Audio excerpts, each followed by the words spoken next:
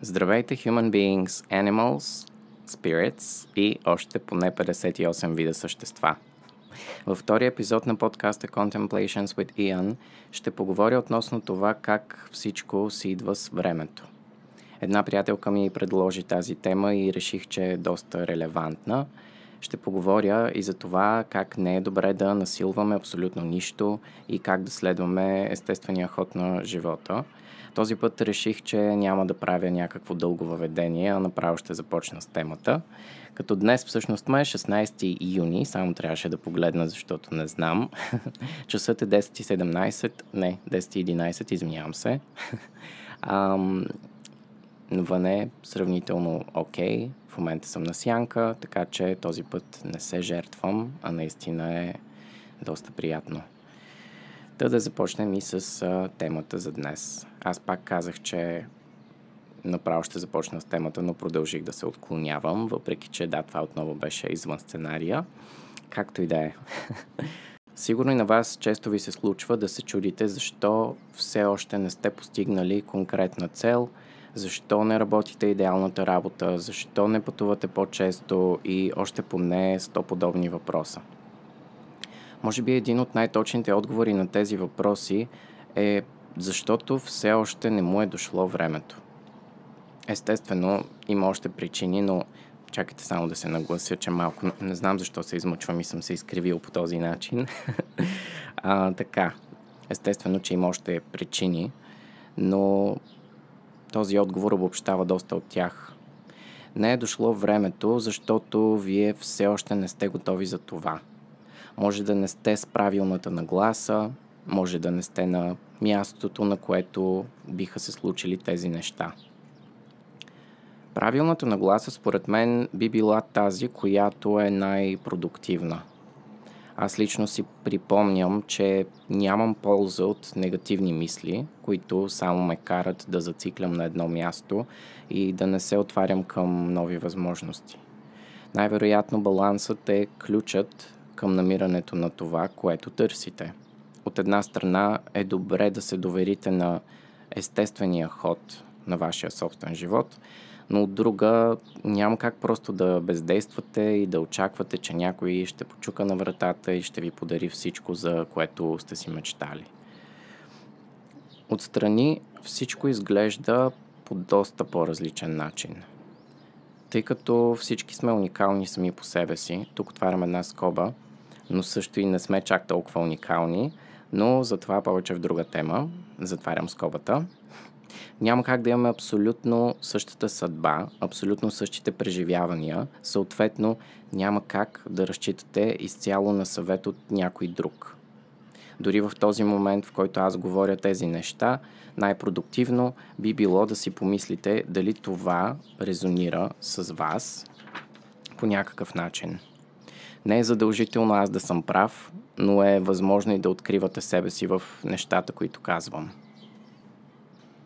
Мога да ви дам и друг съвет. Това, което работи при мен и ме кара да усещам, че съм на правилното място, е медитацията. Като медитацията може да придобива най-различни форми. Най-често при мен е просто разходка с слушалки в ушите или просто сядам някъде навън и отново слушам музика, която да бъде нещо успокояващо, неангажиращо и семпло. Това, разбира се, зависи много и от настроението.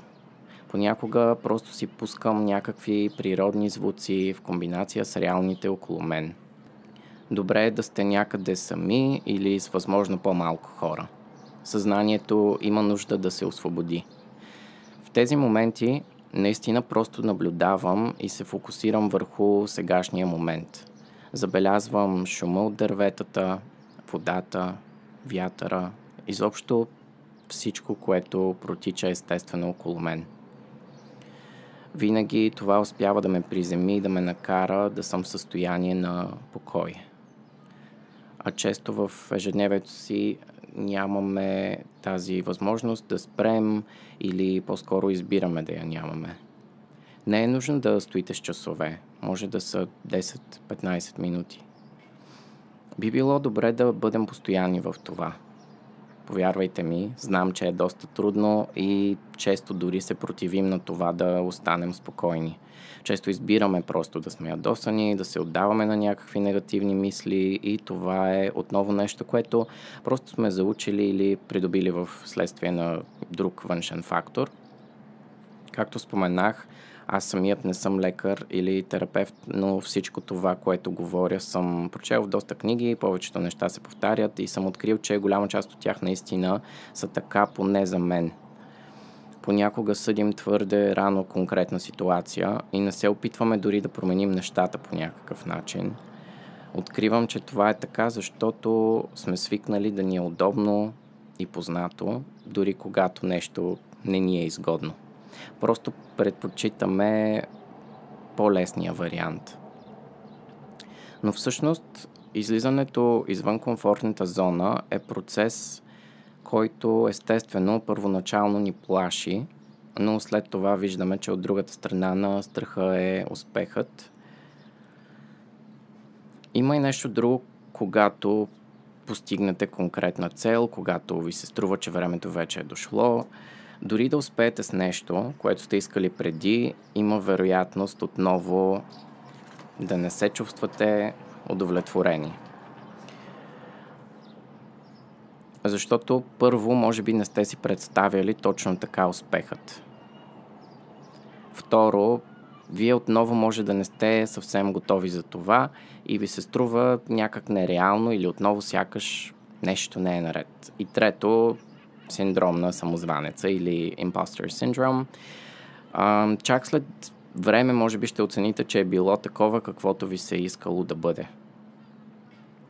Тук може би ще се отклоня малко от сценария, за да дам един доста така recent пример. Доста скорошен пример, който една приятелка просто ми сподели, че понеже имахме едно пътуване заедно и беше доста приятно, но тя ми сподели след това, че всъщност сякаш оценява наистина повече това, което е било, чак след като е минало, а не толкова в настоящия момент и някакси каза, че и се е искало да присъства повече и аз точно това и казах, че понякога просто няма как да сме там на 100% през абсолютно цялото време, но помагат тези мисли, които просто спираме, наблюдаваме, даже точно това и припомних, как спряхме на едно място и просто наблюдавахме града от високо и някакси просто бяхме там. Няма как умът ни да не се разсейва във всеки един момент, нали, предвид това, че имаме доста странични стимули, които ни карат просто да забравим къде сме, какво се случва. Но когато наистина се настроим по този начин, нещата просто са такива, че няма как да не ги оцениш. Дори това да са някакви 5 минути от цял час. Пак си струва много повече, отколкото просто да преминаваме през нещо. Да връщаме се към сценария. Отстрани често наблюдаваме нещата само от нашата перспектива. Съответно, не виждаме или по-точно не чуваме всичко, което си мислят съответните хора за собствения си успех. Накрая всичко опира само до това как вие се чувствате и възприемате дадена ситуация. Имаме усещането, че когато успеем в дадена сфера от живота, тогава вече ще бъдем щастливи и когато дойде това време, автоматично забравяме да сме щастливи. За да получим това, което искаме в бъдещето, най-добрият подход, според мен, е да започнем да работим в настоящия момент. Имам чувството, че винаги ще опираме до настоящето, тъй като просто няма как да изпреварим времето, просто трябва да се доверим. Вярвайте, че всичко ще се нареди, независимо от това какво се случва междувременно. Повтаряйте си го, ако се налага, всеки ден. Daily Affirmations наистина помагат с промяната на нагласата, дори има различни приложения, които може да намерите за това или просто сами да си напишете.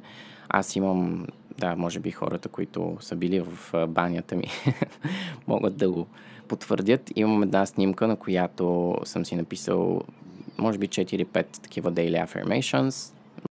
Така че наистина, дори да не забелязвам някакси подсъзнателно, чакайте, че тук започнах да бутам техниката, Просто се въодушевих веднага като спра да чета. Имам чувството, че днес чета доста някакси такова, може би просто още се събуждам, не знам.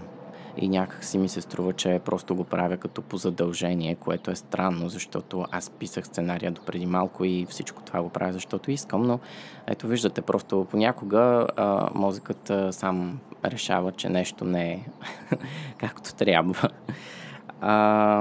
Така, добре. Всъщност това казах, да вярвате, че всичко ще се нареди, независимо от това какво се случва междувременно.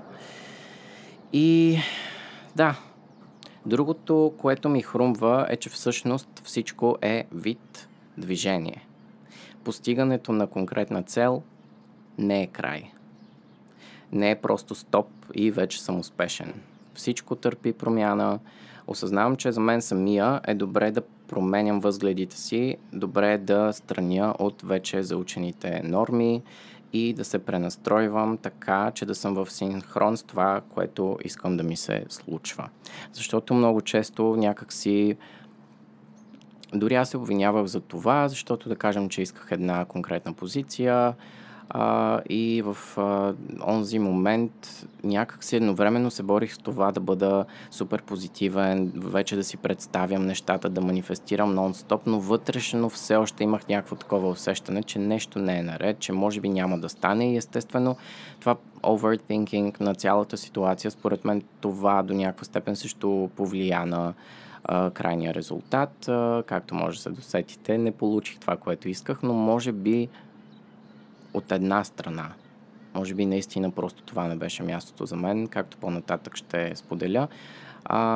Истината е точно такава, че просто не се ли настройваме по някакъв начин, сякаш, не знам, сякаш наистина резултата малко сме го пуснали в Вселената и понякога това е добре, но в повечето случаи по-скоро позитивните нагласи аз ги разглеждам като такива необходими за това да се чувстваме добре в настоящия момент.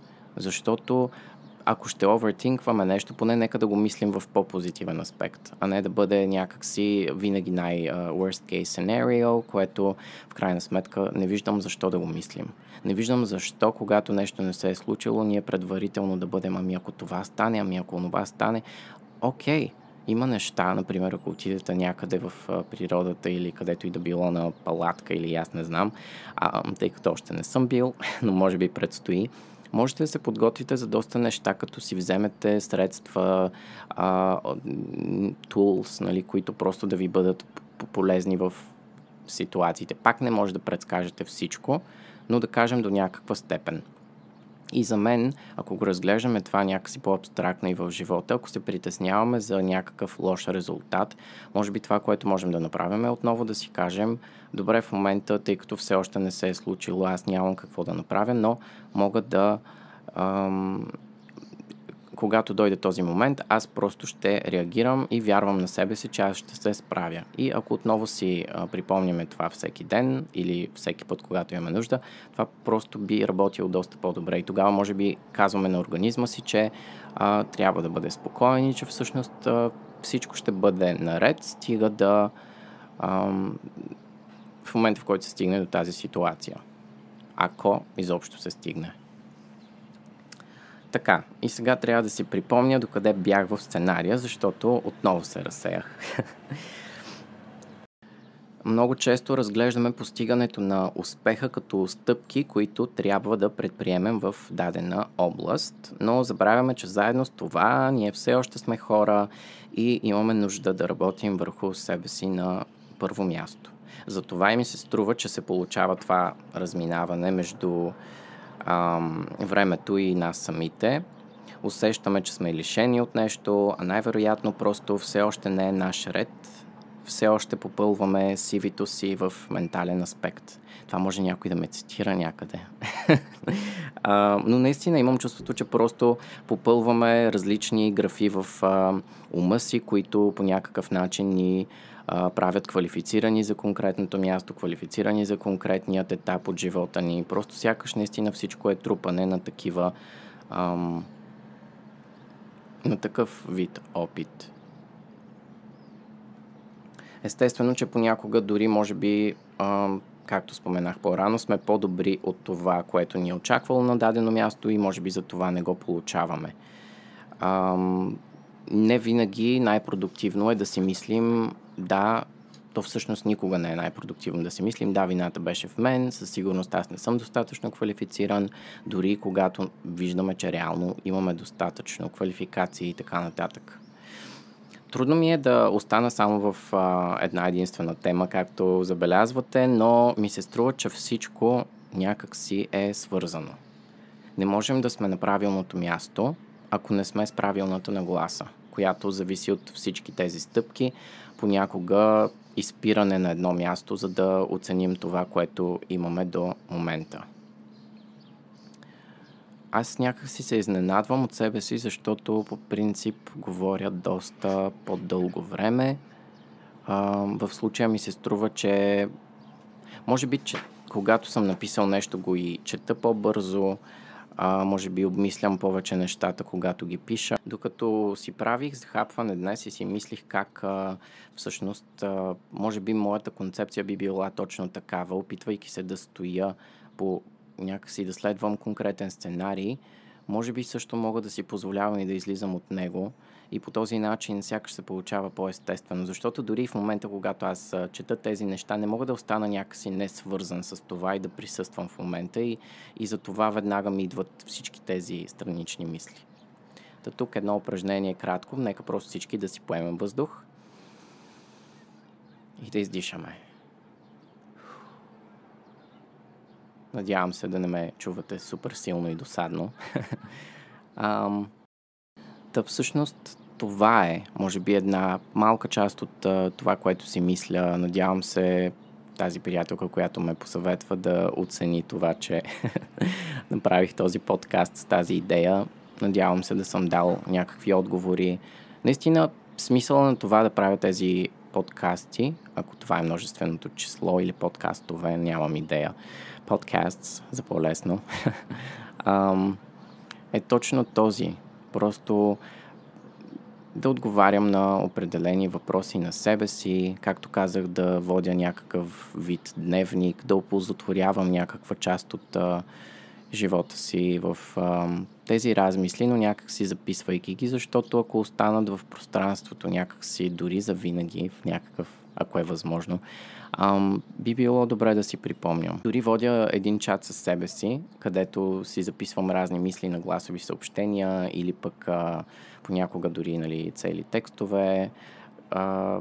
Понякога се сещам, честно казано, имал съм моменти, в които наистина си казвам, нека да погледна какво съм си казвал през еди си какъв период. И най-интересното е, че в този момент ние вече сме минали през нещо конкретно и аз поглеждам назад и тогава още не съм го минал и виждам как разсъжденията ми се променят, как аз съм сякаш друг човек, което е изключително ценно в днешно време да можеш да запаметиш нещо толкова ясно, тъй като можеш да хванеш дори емоцията в гласа си, дори изражението на лицето си, ако записваш и видео, което наистина нямам си представа дали хората го разглеждаме като толкова голям плюс.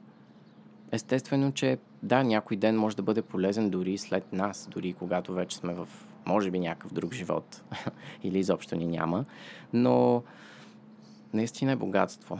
Това, което можем да направим с записването на нещо, което говорим, с записването на песен, оставянето на някакво произведение, дори оставянето на следа, дори в някой чисто в съзнанието му, но сякаш забравяме да оценим тези нещата. Ето точно в този момент ги оценявам. Така, за да не продължаваме още 200 милиона часа, тъй като нямам идея колко казах, че беше часа, като започнах да го снимам. Мисля, че казах 10:17 или нещо такова. Всъщност беше 10:11, което в момента ме насочва към само да видим дали все още записваме подкаста, защото да, записваме го. Явно, че софтуерът е достатъчно умен, дори когато лаптопът ми е на скринсейвър да продължи да записва. Чувствам се като радиоводещ, всъщност, наистина. Ето, тембрът ми се променя във всяка една секунда. Между другото, какво мислите за начина, по който говоря? Надявам се да не си личи откъде идвам, защото супер много работя по това да говоря по някакъв по-твърд начин, да кажем по-изразително, да изговарям всяка буква и така нататък. Та мисля, че това би ми помогнало също доста. Часът е 10:32 и мисля, че говорих приблизително, иска ми се може би да са 20 на минути, както и да е. Добре, време и за края. Това беше всичко от мен. Human beings, animals, spirits и още поне 58 вида същества. За да ви стане и хубаво, ще добавя, че сте напълно достатъчни и човекът, който трябва да слушате най-много, сте самите вие. А не леля ви, не някакъв непознат на касата и определено не контрольорката в автобуса. Това не знам защо го казвам, просто реших, че ще казвам всеки път едно и също нещо, но точно това не си го представих, че ще бъде част от краят, ама пък е долу-горе забавно. Надявам се да съм ви бил полезен и ще се радвам на някаква обратна връзка. Това отново го казвам както предния път, но няма нищо. Така, чао, ще се пишем, чуем или видим евентуално с някой от вас. P.S. Иан.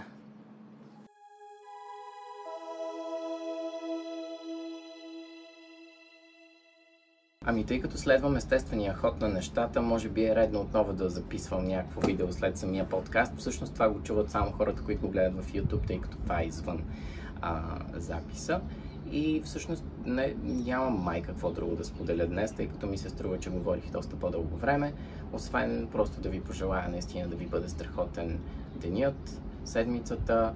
Не знам кога слушате това, така че може би в началото е добре да казвам добро утро, добър ден, добър вечер и да бъда по-съобразителен или пък не знам, както и да е.